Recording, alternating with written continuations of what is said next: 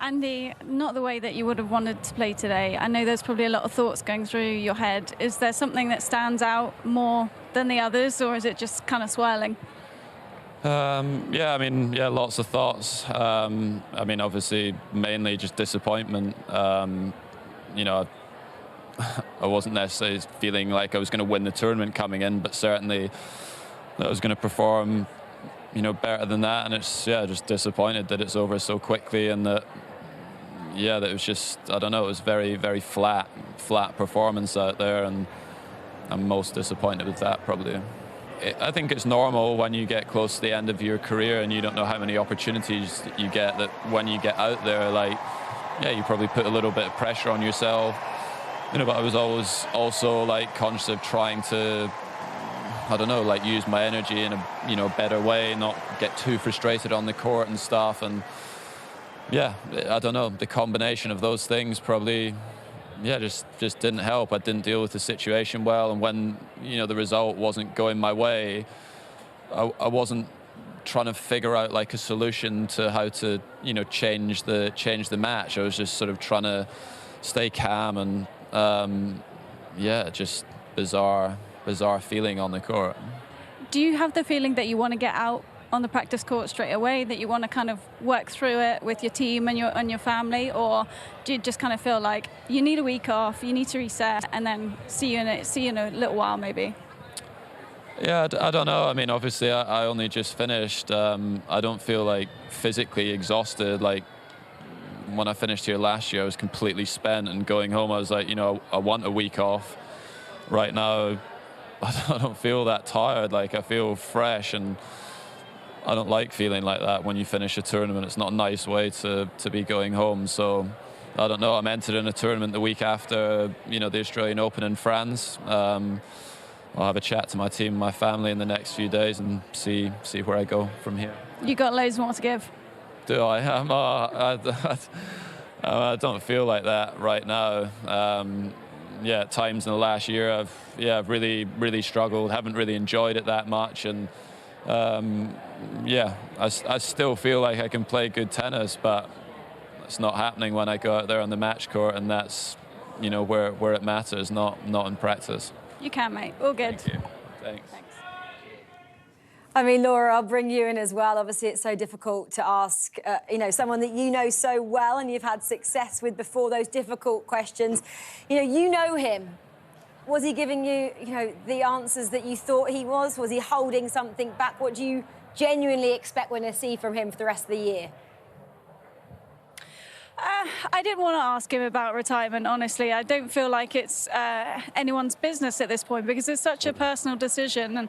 And listening to his press conference, there was 4 or 5 questions in a row where they just kept pushing a little bit, and it's not really the way that he would want to announce it if he did feel that way. So put on the spot like that, not the way to do it, in my opinion. I wouldn't have wanted that myself.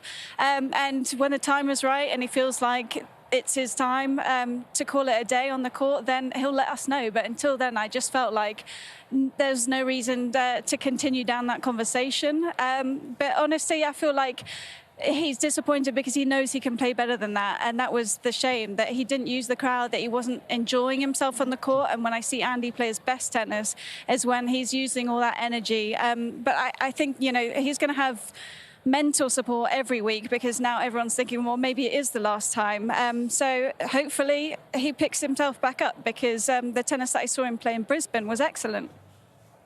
Well, that's the thing. He said, when the time is right, when he's not enjoying the tennis and when he's not winning, he's obviously enjoying the tennis because he thinks he's practicing well. So it's kind of that double-edged sword, isn't it, Matt, Tim? I think for me, it's also return on investment. When you understand how hard he's working and all the professionalism around his diet, the sacrifices he's making to be away from his family, he is as committed as anyone. So then when he comes out, beginning of a new season, he's fundamentally played 2 matches in a month. He's lost them both. There is no return. When you've been number 1 in the world, you've achieved everything that he's had.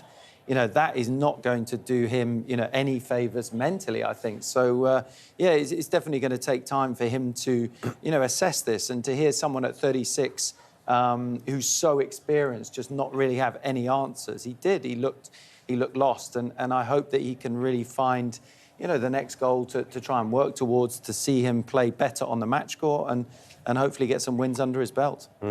Yeah, I mean, I think we all went through it at some point. I think that it starts with what you're saying. As long as he's interested in practicing and as long as he's interested in preparing 100% the same way now as he was before, then, of course, you can start talking about tennis has moved in a direction where guys are, they're most probably, in general, stronger, fitter and faster than they were 15 years ago. Everybody hits the ball harder. Should Andy Murray go out there and maybe try and change his game slightly, maybe hit the ball a little bit harder, risk missing a little bit more? I think that's most probably what Novak Djokovic is doing. I mean, but more than anything, how does Novak Djokovic do that? He's there for every match. He's up for every match. But then we look at statistics with him. His forehand is much harder now than it was when he was #1 in the world 10 years ago.